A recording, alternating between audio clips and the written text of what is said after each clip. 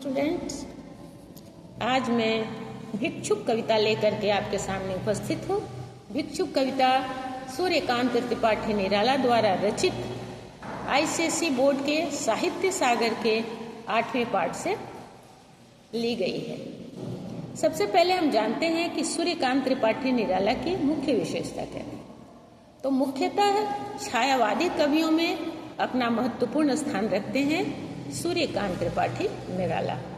इनकी कविताओं में सामाजिक विषमता के प्रति आक्रोश देखने को मिलता है, जहां जयशंकर प्रसाद की रचनाओं में राष्ट्रीयता देखने को मिलती है। सुमित्रा नंदन पंत जो छायावादी कवि हैं, जिनकी रचनाओं में प्रकृति के कोमल सौंदर्य को उद्धृत किया गया है, तो छायावादी कवयित्री महादेवी वर्मा की कविताओं में परमात्मा प्रियतम के प्रति वियोग देखने को मिलता है।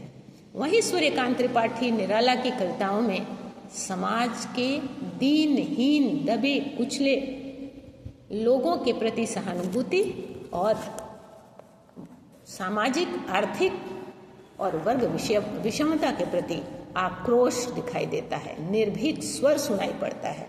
वे समाज के उन लोगों के साथ सदैव खड़े हैं जो समाज से उपेक्षित हैं। तो प्रस्तुत कविता भिक्षुक में इन्होंने एक भिक्षुक और उनके साथ भीख मांगते हुए उनके 2 बच्चों के आर्थिक स्थिति तो दूर की बात है, उनकी जो दयनीय स्थिति है, जो कठिन परिस्थितियां हैं, जो भूख के कारण उनके पेट और पीठ मिलकर एक हो गए हैं, ऐसी स्थिति में जब वो अपने सहारे पे चल भी नहीं पा रहे हैं, ऐसी स्थिति को देखकर जब लेखक का साहित्यिक हृदय चित्कार कर उठता है, 2 टूक हो जाता है, तो उन्होंने अपनी कलम उठा ली और उन्होंने लिखा एक भिक्षुक को आते हुए जब वो भीख मांगने के लिए चल पड़ता है तो कैसी दशा है उसकी, देखते हैं कविता की पंक्तियों के माध्यम से। वह आता 2 टूक कलेजे के करता, पछताता पथ पर आता। वह आ रहे हैं, उसको देख करके, उसके आते हुए देख करके कवि के हृदय के टुकड़े टुकड़े हो जा रहे हैं, विचलित हो जा रहा है उनका मन। वह आता 2 टूक कलेजे के करता, पछताता पथ पर आता। और वो पछता रहा है। क्यों पछता रहा है? उसके कलेजे के भी टुकड़े हो जा रहे हैं। वह पछता रहा है क्योंकि वह अपनी दशा पर पछताता है, अपनी दुर्दशा पर, अपनी दयनीय स्थिति पर। उसका आत्मसम्मान पल पल मर रहा है क्योंकि उसे मांगना पड़ रहा है। रहीम कवि ने भी लिखा है कि रहीमन वे नर मर चुके जे कछु मांगन जाही, उनते पहले वे मुए जिन मुख निकसत नहीं। ऐसे में मरे हुए के समान आत्मसम्मान को मारकर भिक्षुक भीख मांगने के लिए चल पड़ता है। वह आता 2 टूक कलेजे के करता, पछताता पथ पर आता। चल रहा लकुटिया टेक, मुट्ठी भर दाने को भूख मिटाने को। वो लकुटिया लाठी के सहारे चल रहा है ताकि मुट्ठी भर दाना कोई दे दे और उसकी भूख मिट जाए। पेट पीठ मिलकर दोनों हैं एक, चल रहा लकुटिया टेक। मतलब पेट और पीठ दोनों चिपक गए हैं एक दूसरे में। ऐसा लगता है कि कई दिनों से उसने कुछ भी खाया नहीं है। तो यहाँ पर आपके सवाल पूछे जा सकते हैं कि भिक्षुक की शारीरिक अवस्था कैसी है। तो आप लिख सकते हैं कि भिक्षुक की शारीरिक अवस्था अत्यंत दयनीय है। भूख से बेहाल उसका शरीर सूख कर कांटा हो गया है, पेट पीठ मिलकर एक हो गए हैं। और वह जब चल रहा है तो वह अपने आत्मसम्मान को मारकर अपनी स्थिति पर अफसोस करता हुआ, पछताता हुआ वह हाथ फैलाए हुए है ताकि कोई उसे 2 मुट्ठी अन्न दे दे जिससे कि वो पेट भर सके। हमारे स्वतंत्र भारत में कुछ व्यक्ति ऐसे भी हैं जो भिखारी बन चुके हैं। कवि ने उनके चित्र को हमारे सामने उपस्थित कर समाज के सामने प्रश्न चिन्ह उपस्थित किया है। आगे की पंक्ति देखते हैं कि मुंह फटी पुरानी झोली को फैला। तो उसके पास झोली भी सही नहीं है, उसके मुंह भी फटे हुए हैं। इतनी दीनहीन दशा है उसकी ना कि वो उसके पास कुछ ढंग का थैला भी नहीं है जिसमें कि वो अन्न बटोर सके। अब आगे देखते हैं कि उसके साथ और कौन है। कविता की पंक्तियां देखते हैं। साथ 2 बच्चे भी हैं सदा हाथ फैलाए, दाएं से मलते हुए पेट को चलते और दाहिना दया दृष्टि पाने की ओर बढ़ाए। भूख से सूख ओठ जब जाते, दाता भाग्य विधाता से क्या पाते, घूंट आंसुओं की पीकर रह जाते। बहुत बड़ा व्यंग्य है, दाता भाग्य विधाता से क्या पाते। भिक्षु का निर्माण किसने किया? हमारी सामाजिक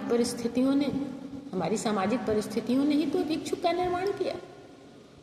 ये अमीर वर्ग कहते हैं, श्वानों को मिलता दूध, भूखे बच्चे बिल्लाते हैं, माँ की हड्डी से चिपक ठिठुर जाड़े की रात बिताते हैं।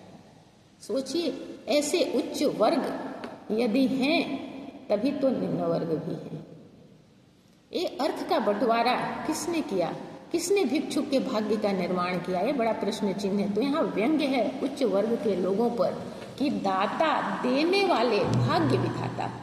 ये भिक्षुकों के भाग्य के निर्माण करने वाले सामाजिक लोग जो देने वाले हैं, जो भाग्य निर्माता के रूप में खड़े हैं कोठियों में, अट्टालिकाओं में, उनसे क्या पाते? उनके हृदय में संवेदना लेश मात्र भी नहीं है। इन भिक्षुकों के प्रति उनके मन में कोई दया नहीं है, इसलिए क्या पाते? अर्थात उन बच्चों को कुछ भी नहीं प्राप्त होता, तो वे घूंट आंसुओं के पीकर रह जाते। भूख से और दुख से जो आंसू बहते हैं, उन्हीं आंसुओं को पीकर वो बच्चे रह जाते हैं। अगली पंक्ति देखते हैं। चाट रहे जूठी पत्तल वे कभी सड़क पर खड़े हुए, और झपट लेने को उनसे कुत्ते भी हैं अड़े हुए। ठहरो, अहो मेरे हृदय में है अमृत, मैं तुम्हें सींच दूंगा, अभिमन्यु जैसे हो सकोगे तुम, तुम्हारे दुख मैं अपने हृदय में खींच लूंगा। यहाँ बहुत बड़ा दर्शन है। कवि घोषणा करता है खुलेआम निर्भीक स्वर में कि ठहरो, अफसोस मत करो, कुत्तों से भी बदतर जीवन तुम्हारा आज बना है। जिस भोजन को करने के लिए सड़क पर फेंकी हुई जूठी पत्तल को चाटने के लिए वो बच्चे सड़क पर खड़े होते हैं, वो उन्हें नहीं प्राप्त हो पाता, क्योंकि कुत्ते उसे झपट करके ले जाते हैं। अर्थात भारत के इस नौनिहाल बच्चों की दशा कुत्तों से भी बदतर है। ऐसे ही स्थिति में कवि का हृदय चित्कार कर उठता है, द्रवित हो उठता है, कहता है ठहरो, तुम घबराओ नहीं, मेरे हृदय में अमृत है। किस प्रकार का अमृत? प्रेम का, संवेदना का, सहयोग का। मैं तुम्हारे साथ खड़ा हूँगा। कहते हैं ना, साहित्य समाज का प्रेरक होता है, समाज का दर्पण होता है। मैं तुम्हारे साथ खड़ा रहूंगा, मैं अपने हृदय के अमृत से तुम्हें सींचूंगा और तुम अभिमन्यु जैसे हो सकोगे। तुम्हें मैं इतना बलशाली बना दूंगा, वीर बना दूंगा, शक्तिशाली बना दूंगा कि तुम अभिमन्यु की तरह चक्रव्यूह, जो सामाजिक चक्रव्यूह है, जिसमें तुम भिक्षुक के बच्चे बनकर जूठी पत्तल चाटने को विवश हो, उस चक्रव्यूह को तोड़ने के अधिकारी बन जाओगे। तुम समाज की मुख्य धारा से जुड़ जाओगे। तुम एक साहित्यकार का कार्य क्या है? समाज को आगे बढ़ाना, समाज को प्रेरित करना। यहाँ पर निर्भीक स्वर में निराला जी कहते हैं कि अभिमन्यु जो महाभारत में पांडु पुत्र अर्जुन का पुत्र है, और अर्जुन को छल से कुरुक्षेत्र से दूर ले जाया गया, और दुर्योधन ने, कौरवों ने चक्रव्यूह का निर्माण किया। मात्र अभिमन्यु को ही आता था, जिसमें वो 6 दरवाजा तोड़ सकता था, 7वें का उसे भान नहीं था, पर उसने हिम्मत से अपने पिता का स्थान लेकर के और वह चक्रव्यूह तोड़ने के लिए जाता है, जिसमें अनेक महारथी, मुख्यतः जो वीर दुर्योधन, कर्ण, द्रोणाचार्य, कृपाचार्य, ऐसे 7 महारथी अभिमन्यु से भयभीत होकर, उसकी वीरता से भयभीत होकर एक साथ टूट पड़े और युद्ध के जो नियम थे उसको तोड़ा, और इतना भय व्याप्त कर दिया था अभिमन्यु ने कि उसे मारने के लिए 7 महारथियों ने एक साथ उस पर आक्रमण किया। इस अन्याय और अधर्म के साथ लेकिन अभिमन्यु अंतिम सांस तक लड़ता रहा, वह भयभीत नहीं हुआ। तो तुम्हें मैं उसी अभिमन्यु की तरह वीर बनाना चाहता हूँ, जिसने अपने अधिकार के लिए, अपने पिता की मर्यादा के लिए और इस धर्म युद्ध को जीतने के लिए अपने प्राणों की बाजी लगा दी। आने वाला कल तुम्हारा होगा। भिक्षुक के बच्चे आज जूठी पत्तल चाटने को विवश हैं, जिसे कुत्ते झपट कर ले जा रहे हैं, उन्हीं बच्चों को धीर वीर और समाज के जो एक ये रीतियाँ हैं, ये कुरीतियाँ हैं, ये जो वर्ग भेद, अर्थ भेद, जाति भेद आदि से जो चक्रव्यूह रचे गए हैं, बड़े छोटे भिखमंगे और न जाने क्या क्या, इन सारे चक्रव्यूह को तोड़ने के अधिकारी बनाने के लिए एक साहित्यकार, एक सजग साहित्यकार घोषणा करता है इस कविता की अंतिम पंक्ति में।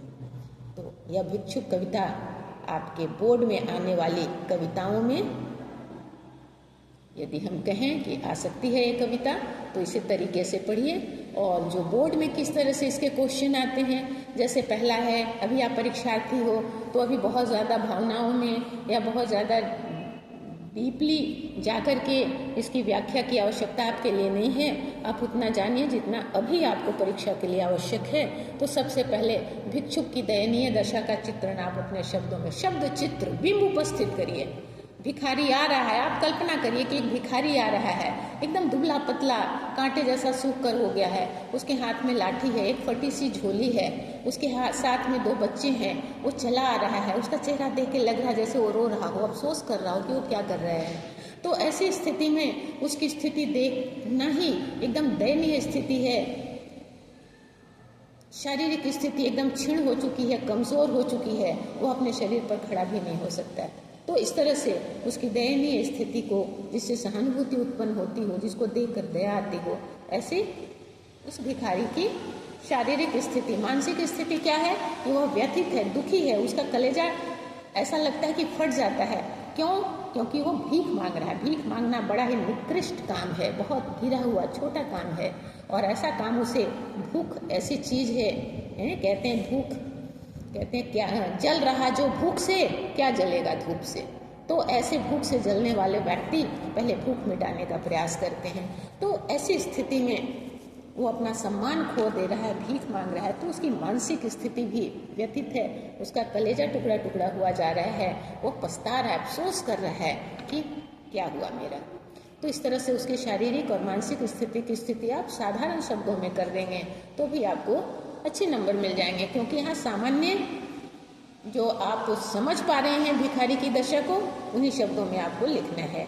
दूसरा लिख सकते हैं, दूसरा प्रश्न आपसे पूछा जा सकता है कि अभिमन्यु कौन है, यहाँ अभिमन्यु की चर्चा क्यों की गई है और अभिमन्यु जैसा क्यों बनाना चाहता है। तो अभिमन्यु एक वीर बालक था, कम उम्र में ही उसने महाभारत में जो चक्रव्यूह बनाया गया था उसे तोड़ने का दुस्साहस किया और अपने अधिकारों के लिए अंतिम सांस तक लड़ता रहा, वो कभी किसी से भयभीत नहीं हुआ।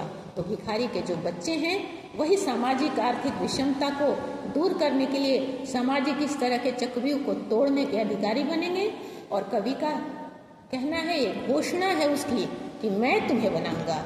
साहित्यकार का काम ही है सामाजिक कुरीतियों को दूर कर समाज को प्रेरित करना। तो यहाँ पर कवि प्रेरित करता है कि हमें अगर समाज को सही करना है तो बच्चों को सही दिशा दिखानी होगी, बच्चों को सही शिक्षा देनी होगी, उन्हें सशक्त बनाना होगा, शारीरिक रूप से, बौद्धिक रूप से और आर्थिक रूप से। ये सवाल पूछे जा सकते हैं। फिर और भी कवि का परिचय पूछा जा सकता है कि उनकी मुख्य विशेषताएं क्या हैं, ठीक है। और फिर एक साहित्यकार का क्या कर्तव्य होता है ये पूछा जा सकता है।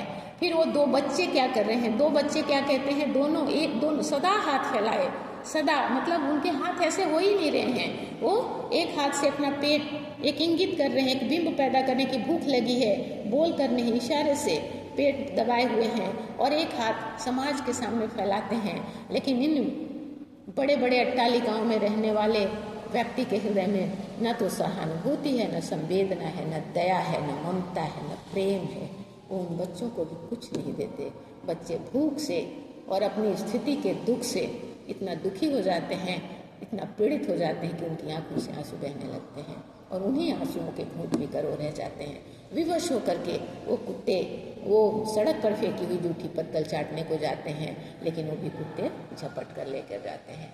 तो यहाँ पर आज़ादी के बाद के देश की जो स्थिति है उसकी ओर भी कवि का इशारा है कि आज़ादी हमने इसलिए पाई थी कि समाज में सभी लोगों को समान अधिकार मिले, समान सुख मिले।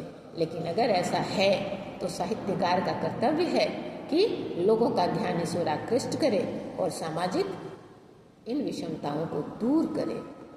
तो आज के लिए इतना ही। इसके वर्ड मीनिंग जो भी शब्दार्थ हैं वो भी आप देख लेंगे और इस तरह के छोटे छोटे सवाल आ सकते हैं। बच्चों की स्थिति क्या है, वो किस तरह से भीख मांग रहे हैं। कविता में साधारणतः सामान्य बातें हैं, कैसी स्थिति है, कैसा दिख रहा है, लाठी के सहारे क्यों चल रहा है। लेकिन अगर ये छायावादी कविता है तो इसके परोक्ष में बहुत सारी बातें हैं जो आप आगे की कक्षा में जाएंगे उसको अच्छी तरह समझ पाएंगे। अभी के लिए बस इतना ही, फिर मिलते हैं दूसरी कक्षा में। हाँ, एक बात ज़रूर कहूँगी कि आप अगर नए हैं तो सब्सक्राइब अवश्य करें और शेयर भी करें, अपनी बात हम तक पहुँचाएँ, ताकि अभी बहुत थोड़ा सा बीच में गैप हो गया, कुछ विशेष कारण थे जो मैं आप तक नहीं पहुँच पाई। तो अब मैं सोच रही हूँ कि आपकी परीक्षा नज़दीक है तो लगभग सभी पाठ को मैं आप तक पहुँचा दूँ। तो आप पढ़िए, मेरी शुभ मंगल कामनाएं आपके साथ है कि आपकी परीक्षाएं बहुत अच्छी जाएं, आप बहुत अच्छा रिजल्ट करें। चलिए, आज के लिए बस मिलते हैं फिर।